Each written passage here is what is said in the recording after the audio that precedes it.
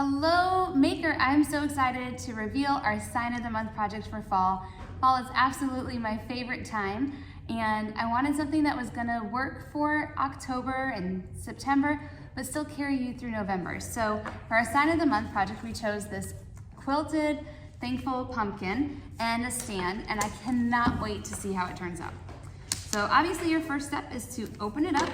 Now it is very much a puzzle when you have these pieces, and there is score marks behind them, but for your own sanity, unless you love doing geometry puzzles, I would kind of take it off in a fatal swoop like this so you know how to plan your colors, okay? And then I'm just gonna push that off to the side, and I have my other pieces here as well, and I'm gonna start by painting my background. So I love a good stain on the background. I know some of the makers have made fun of me for my American walnut.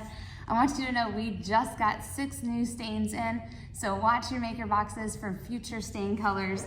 I will have to graduate past my American walnut, but it is a perfect color for fall. So I'm going to just take that yellow sponge and mash it on here side to side. Keep that stain moving so you don't have any darker spots than the other. And while you don't really have to paint the bottom because you're going to be covering it up, I like to paint it just in case there is a seam line. It doesn't look like raw wood. Get a nice quick stain on this.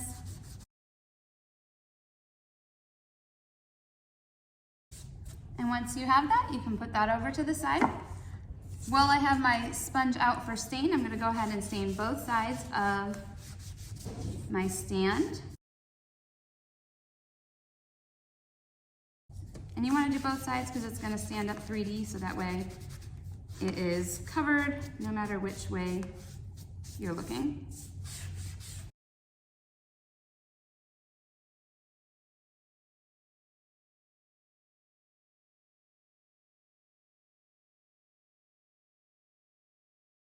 And to assemble this, you're just going to put it one inside the other. Just kind of hammer it down with your hand. And now we have our stand. Put that off to the side. We won't need it till the end.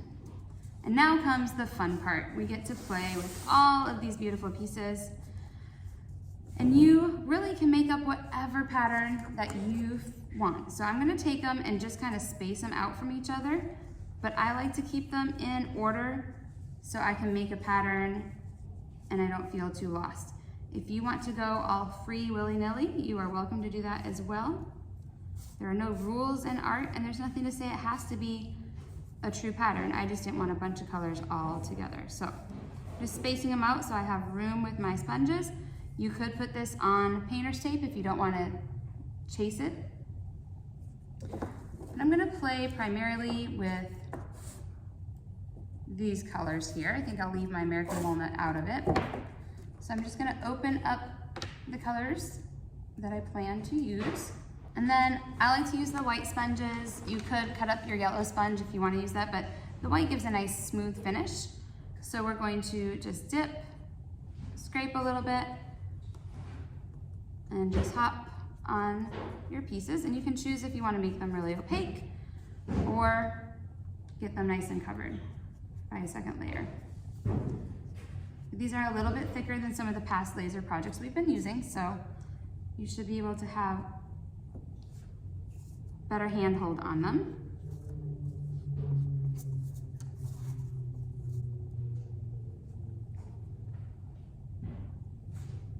And personally, I am just following the same pattern on one side as I am the other.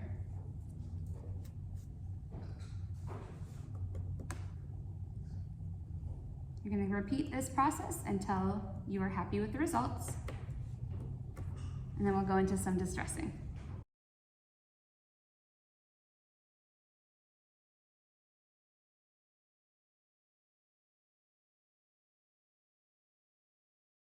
Okay, and now that I have all of my background pieces painted, I could leave them natural like this, or if you want to add a little bit of fall tinge to them, we can do a really light distressing. I'm going to choose American walnut, but I'm going to use very tiny amount on my brush, unload it, and just take each piece in the same direction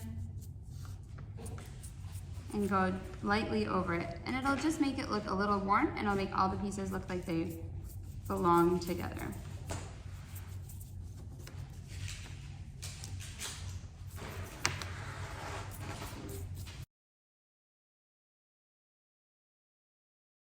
All right, so now I have those all distressed and they're looking pretty good. I'm gonna do the same type thing with my leaves up here and paint them whatever colors you choose. I love teal, so of course my thankful is going to be teal.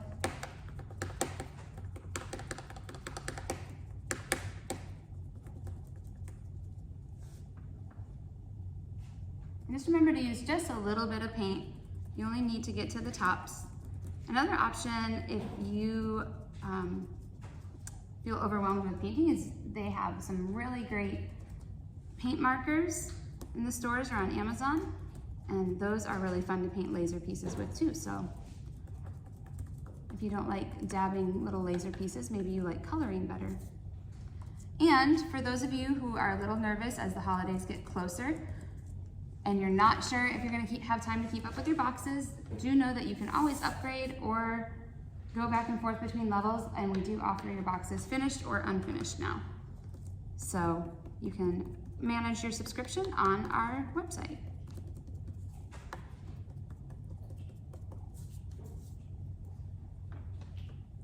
I'm gonna do one leaf orange, one leaf yellow, and then I'll distress with the opposite colors.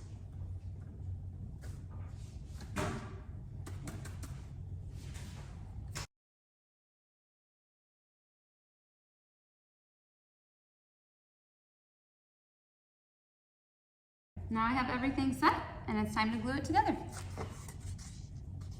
I'm actually going to very quickly stain the back of my pumpkin too, just because it's probably going to be sitting on my shelf and I don't like looking at raw wood. You could paint the back of the pumpkin like a pumpkin as well, if you wanted to get fancy.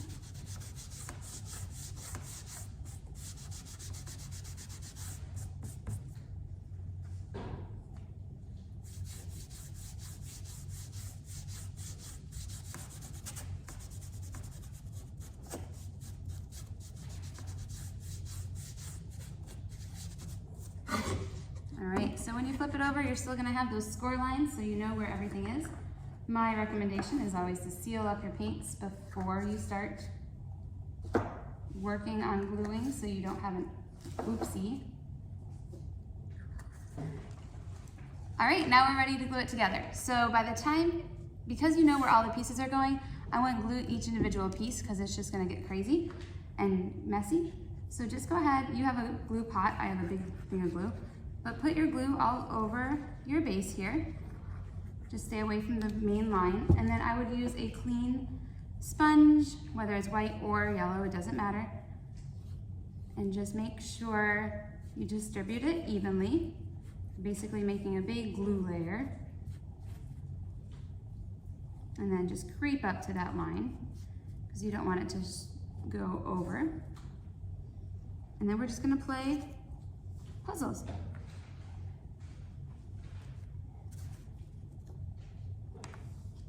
I like to start in the middle because that's where I want them to line up.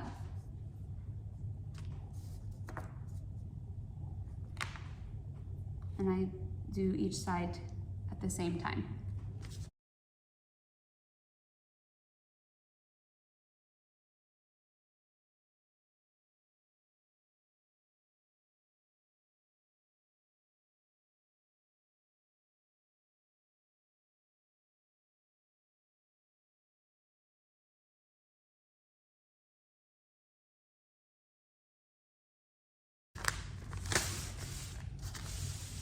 And then of course we want to do our word. So when you do your word, you can put it on with a little paintbrush in your kit or a sponge like we talked about, but get a little bit of paint on there and then just make sure you're putting a sponge to it to spread it out so it doesn't push out the sides.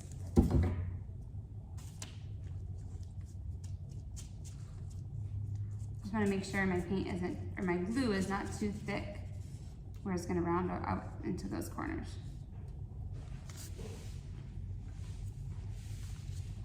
Before you put your thankful word down, kind of figure out where you want your leaves, and then mount it.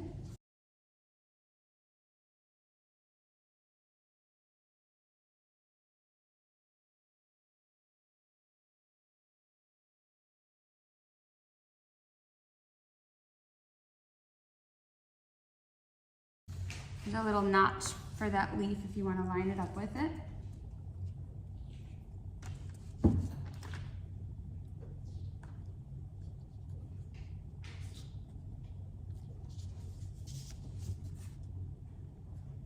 And leave it flat to dry for about 5 minutes. If you did get anywhere that has extra glue, just wipe it off while you see it.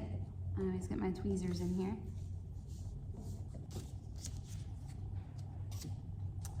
And then you have your project. Thank you so much for painting with us. Happy fall.